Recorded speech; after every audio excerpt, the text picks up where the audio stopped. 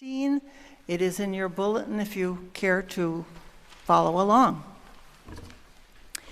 In the beginning was the Word, and the Word was with God, and the Word was God. He was in the beginning with God. All things came into being through him, and without him not one thing came into being. What has come into being in him was life, and the life was the light of all people. The light shines in the darkness, and the darkness did not overtake it. There was a man sent from God whose name was John. He came as a witness to testify to the light, so that all might believe through him. He himself was not the light, but he came to testify to the light. The true light, which enlightens everyone, was coming into the world. He was in the world, and the world came into being through him. Yet the world did not know him. He came to what was his own, and his own people did not accept him. But to all who received him, who believed in his name, he gave power to become children of God, who were born not of blood, or of the will of the flesh, or of the will of man, but of God. And the Word became flesh and lived among us, and we have seen his glory, the glory as of a Father's only Son, full of grace and truth. John testified to him and cried out, "This was he of whom I said, 'He who comes after me ranks ahead of me, because he was before me.' From his fullness we have all received grace upon grace."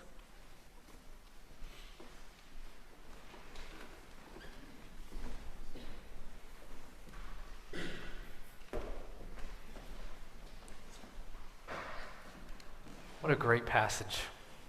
Is this anyone's favorite passage? Top 5 for anyone? A few folks? Yeah. It's a beautiful passage. We generally read it Christmas Eve.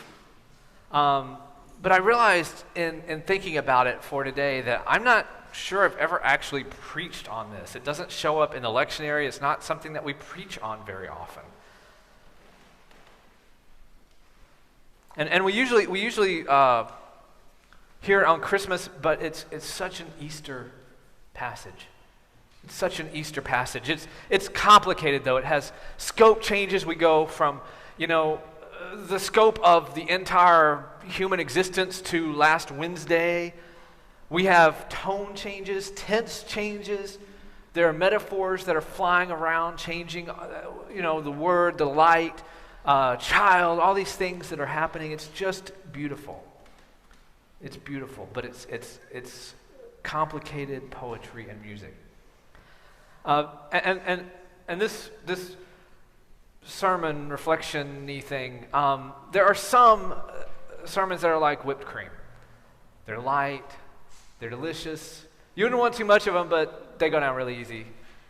It's a good sermon. And there are some sermons that are, this isn't that. There are some sermons that are like steak. You take a bite and you chew on it for a while, and if it's been cooked well, it's delicious. This isn't one of those. There are sermons like hamburgers. There are sermons like lasagna with delicious layers. This isn't those. This is more like lobster. The sort of thing where you have to pick at it for a while, and you have to dig in and do some work, and it gets messy, and at the end you probably want more. So bibs on is what I'm saying here. Pew Research studies have shown that by 2070, the U.S. will no longer be majority Christian in terms of population, and probably well before 2070, but 2070 at the latest. And there are some pretty loud Christians who have gotten upset about that, saying that we will no longer be a Christian nation. And of course, the joke is that we have never been a Christian nation. That's not I'm not saying that from a values perspective. I'm saying that from an academic, anthropological perspective. How many times, rack your brain, ninth grade civics class. How many times is the word Jesus mentioned in the Declaration of Independence? How many times is the word Jesus mentioned in any of Lincoln's inaugural addresses? How about FDR's Day of Infamy speech? When we take an oath of office, how many times is Jesus mentioned in there? Any documents you can think of that are official state documents that have Jesus in them? How about God? We want to know what we have this sort of, like so many nations, we have kind of a public religion. And God, an idea of God has always been part of our public religion. But if you want to know more about our public religion, go to our nation's capital, the rotunda in our nation's capital. What do you see when you look up? Anybody remember what you see when you look up at the rotunda in Washington, D.C., in the Capitol building? Yes, David? Yes, it is this beautiful portrait of George Washington being elevated to a god. It's called the apotheosis of Washington. Apotheosis means divinization. It is, and they'll explain, this is the personifications of virtue are attending to Washington, and it's lifting up one of our nation's founding leaders, military and political leaders, as a god. And does that sound more in line with Christianity? Or does that sound more in line with another first century religion, the Roman imperial religion? Now, I'm not critiquing. I don't want Jesus to be the U.S. mascot, right? I'm not critiquing that at all. I'm perfectly fine with Jesus being left out of that conversation. I think that's good for us. But it just brings, what would a Christ-like nation look like? How would Jesus run a Department of Defense? How would Jesus run the CIA? What would a Christ-like Wall Street look like? It's just interesting to me. None of that is a critique. It's just interesting to me how confused people can get about what our faith is. Right? Like, sit down and think, what does it really mean to be a disciple of Jesus Christ? It's easy to kind of get into this amorphous Jesus-y sort of feeling and not really ever know what we're talking about in terms of behavior and action and more importantly, stories. This week, maybe y'all heard about the House of Representatives in my home state of Tennessee expelling some folks, and they expelled some folks for some protests, and they expelled 2 young black men and did not expel a white woman representative, and the party that did that, there was some audio leaked, I think on Friday, about how they were getting on to the one representative who voted not to expel the woman because they said it made him look racist. But the line that stuck with me about that was, they were trying to explain to him why he should have voted against his conscience. And they said, sometimes you have to do the right thing, even when it feels like the wrong thing.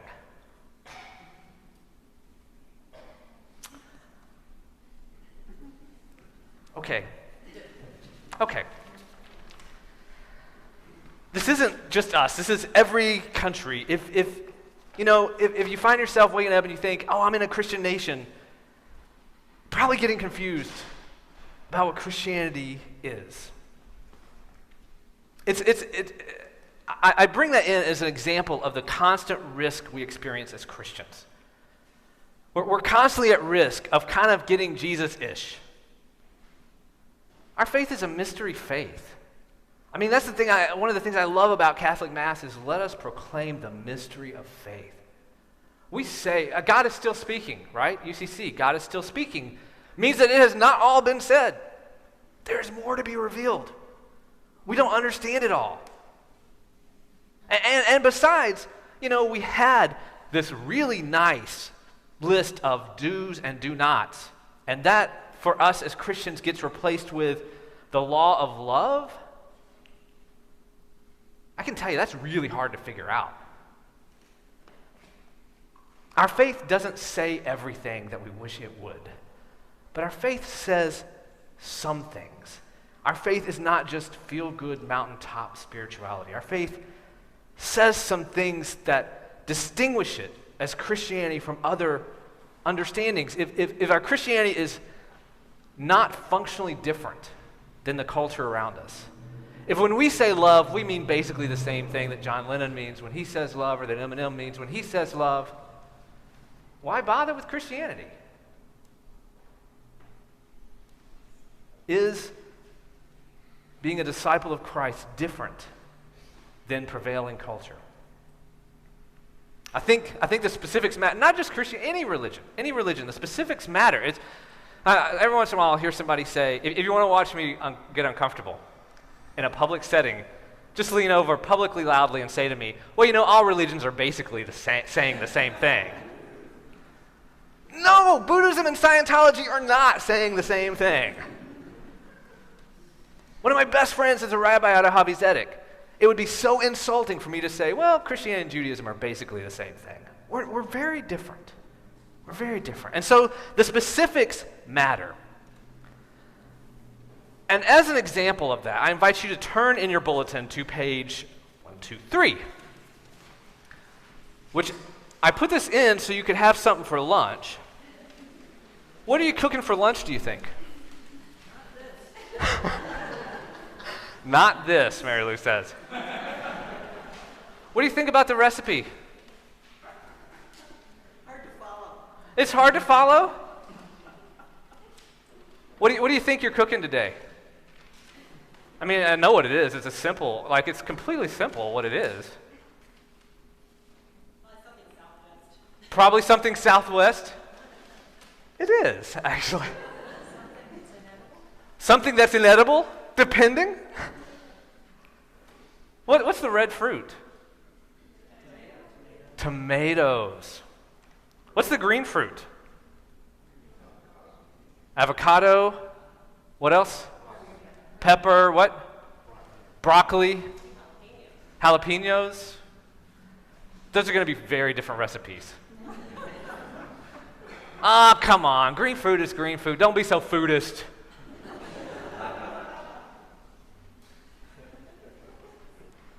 Some brown powder. It's all the same. It's in your spice rack somewhere. Just grab some and put some in there, and it'll be fine. It'll be fine.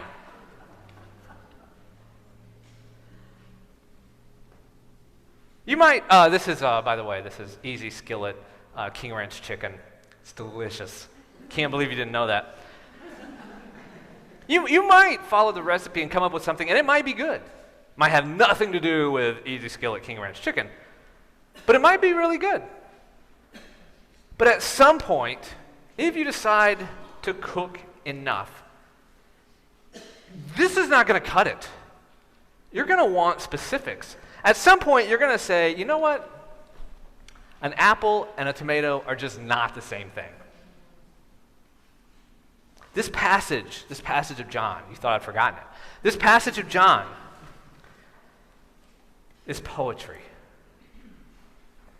It's vague. It's drawing us here and pulling us there. It's constantly moving us around. And to say, well, it says this and it says this and specifically, and so therefore you need to only use unleaded gas. I mean, it's you can take it. It just doesn't address a lot of the day-to-day specifics that we would like to see addressed. But it says some things. It says some things, and it says, at least by my reckoning, at least 6 different stories are referenced. And when I say stories,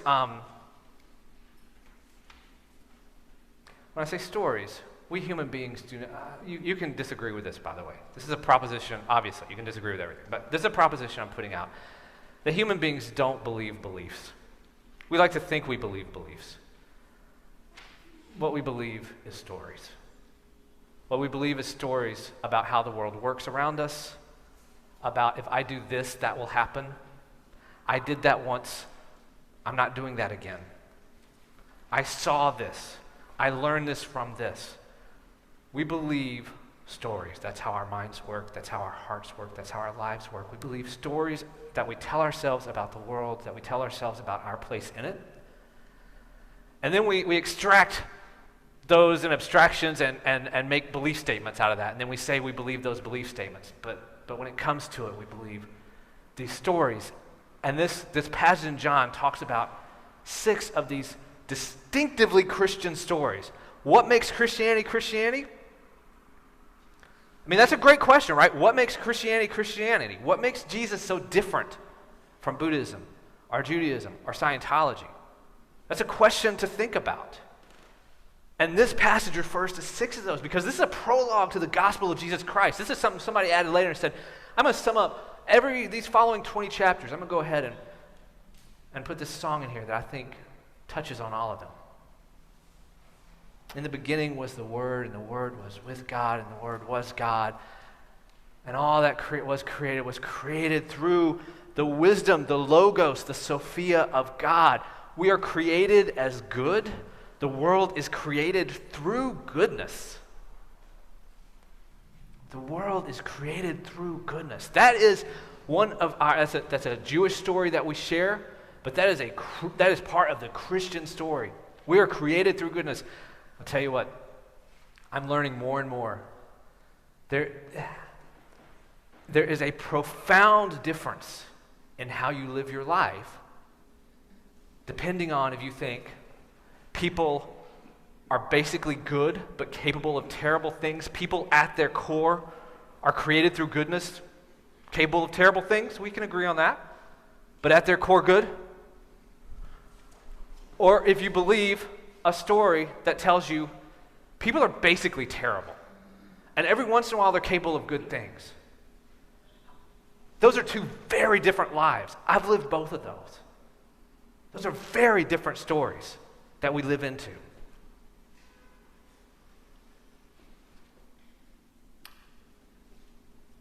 There is a divine order. The Word was made flesh, and the Word lived among us. The goodness through which creation is ordered can be reflected in human life, or at least in one human life.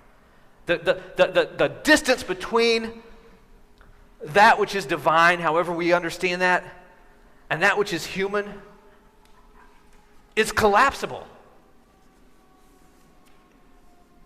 Incarnation. The divine can be made flesh. And that also, like the first story, is not distinctively Christian, because remember, the apotheosis of Washington says the exact same thing. Right? The Roman imperial cult says the exact same thing, that the divine and flesh can interact. But it's what they do with the third story. The third one is, what does that look like? What does that look like when the divine becomes human?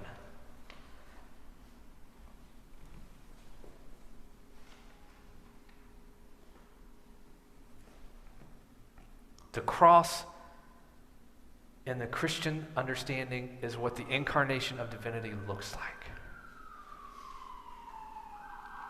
The world came into being through him, and the world did not know him. What is love? What's the difference between John Lennon's version of love, which I like, but it's not Christ's version of love? What's the difference between those two? The cross. At the end of the day, Christ isn't feel-good, kumbaya, love-ish. Jesus is love your enemies. Die for those who hate you. Give of yourself for others. That is a fierce. Do not give up. A ferocity of love. Sacrificial love, non-violent love. A love that says the ends will never justify the means. It is only the means.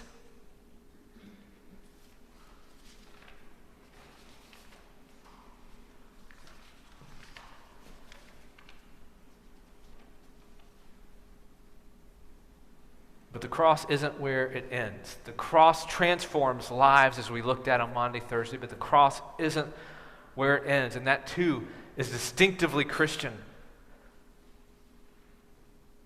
This understanding that when we touch, when we are transformed by the experience of self-sacrificial, Christ-like love through God's grace, we can see that what looked to be something that was lifted up in shame is actually lifted up in glory. And our story of Easter says that nonviolence isn't just the right thing to do, it's the effective thing to do. It is the powerful thing to do. Now, science is catching up, and studies that actually study nonviolence are showing that, surprise, nonviolence is actually more effective than violent means of creating change. But our faith says it even more strongly. Our faith says it is in the nature of how things were created, through which all things were made. Easter is through which all things were made. It is the realization of the essence of what is. When we live in the love of Jesus Christ, something that may seem like it's dead and buried, whether it's for 3 days or 3 years or 3 decades or 3 lifetimes, God can bring life out of it, and God will bring life out of it. It's like water flowing downhill. It's like gravity. It's like the fact that when you light a candle, you don't worry if the darkness is going to snuff it out. That's not a thing. The candle may go out, but you don't see darkness as an opposing force to the light of the candle. Light is light. It's just how the world works. The question is, what do we do with that? What do we do with our lives? And here again, the prologue to the book of John has another reference to our story, which is that the incarnation, that the cross, that the Easter changes us. We understand all those things differently. And one of the things I love about this church is we have very different understandings of what those things mean. We live into those stories in different ways. We can all gather around that they are so powerful that when we touch them, they change us. And then this last piece that I referred to at the beginning, the idea that God is still revealing God's self. The darkness does not overcome it. Mystery is always revealing itself. Interesting thing about that, I think in our translation it says overtake, darkness does not overtake it. My personal favorite is the light shines in the darkness does not overcome it. That Greek word is a tricky bugger. It means a bunch of different things. It can mean overtake as in you're running a race and you overtake somebody. It can mean dominate as in control. It can also mean comprehend. So if you go to some translations, it'll say that darkness cannot comprehend it. And one of the things I think is interesting about that in our modern context is how easily we go from comprehension to control. We control things through comprehension a lot of times. And I love the idea that the word grasp comes to mind, right? Grasp can mean take, it can mean understand, and this Greek word kind of connects those and says the light shines and the darkness it's not fully understandable, so it can't be controlled. The mystery that we are part of, it's a wonderful thing that will never control the Logos, the Word through which we live and move and have our being, the Logos among us, the saints of the church who have gone before us, the faces of the children, the ways in which we've loved each other in our best and our worst moments, the ways we follow Christ, the ways we seek to follow Christ. Witness to God's eternal unfolding mystery, grace upon grace, even for me and even for you. Thanks be to God. Amen.